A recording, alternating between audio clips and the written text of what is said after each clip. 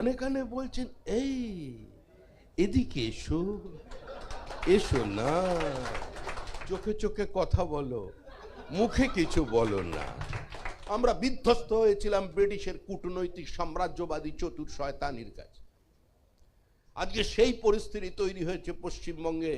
আপনাদের রুখে দাঁড়াতে হবে, বাংলাকে বাঁচাতে হবে, পশ্চিমবঙ্গকে পশ্চিমবঙ্গ রাখতে হবে, এই দুর্গা পূজা রাখতে হবে, মা কালীকে পাঁঠা খাওয়াতে হবে। মানুষ তৈরি করে দিয়েছে বাইনারি, যে তৃণমূলকে হারাতে পারে বিজেপি, তাই বিজেপিকে ভোট দেব। শতাব্দী প্রাচীন কংগ্রেস নেই। দুনিয়া কাঁপানো মেহনতি মানুষকে সঙ্গে নিয়ে সিপিআইএম নেই।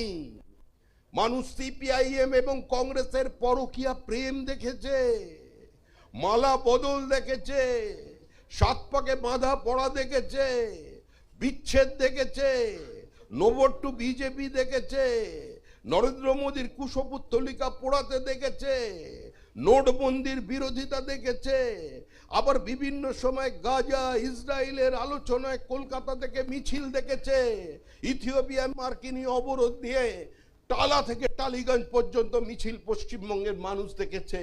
কিন্তু মানুষ এবার ডাবল ইঞ্জিন সরকার চায়, মানুষ বাংলাকে প্রতিষ্ঠিত করতে চায়, মানুষ নরেন্দ্র মোদীর স্পর্শ পেতে চায়। নরেন্দ্র মোদী এবং উন্নয়ন সমার্থক শব্দ। এই পাশে ত্রিপুরার মুখ্যমন্ত্রী বসে আছেন বিপ্লব দেব, ত্রিপুরার প্রাক্তন মুখ্যমন্ত্রী বিপ্লব দেব, ভবিষ্যতের বড় মন্ত্রী বিপ্লব দেব। কোথায় গেলেন? আছেন তো?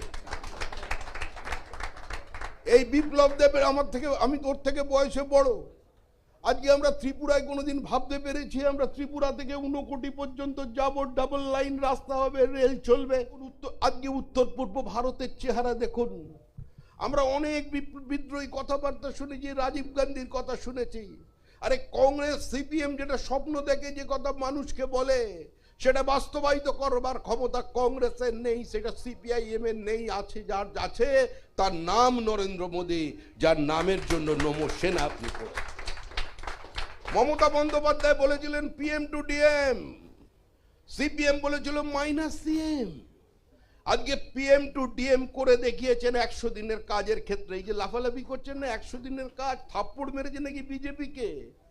আরে থাপ্পড় মেরেছে না আদর করেছে সেটা আপনারা বুঝবেন।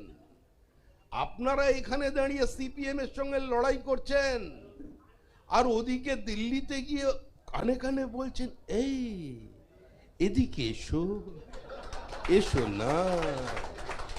আপনারা খালি ছবিগুলো দেখবেন, তাকাবেন, কংগ্রেসের মিছিলগুলো, কংগ্রেসের মিটিংগুলো দেখবেন। আজকে কংগ্রেসের মিটিংয়ে মাঝখানে কে বসে আছেন? মাঝখানে বসে আছেন আমাদের মল্লিকার্জুন খাড়গে।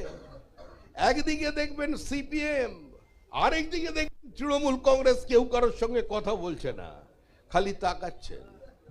চোখে চোখে কথা বলো, মুখে কিছু বলো না।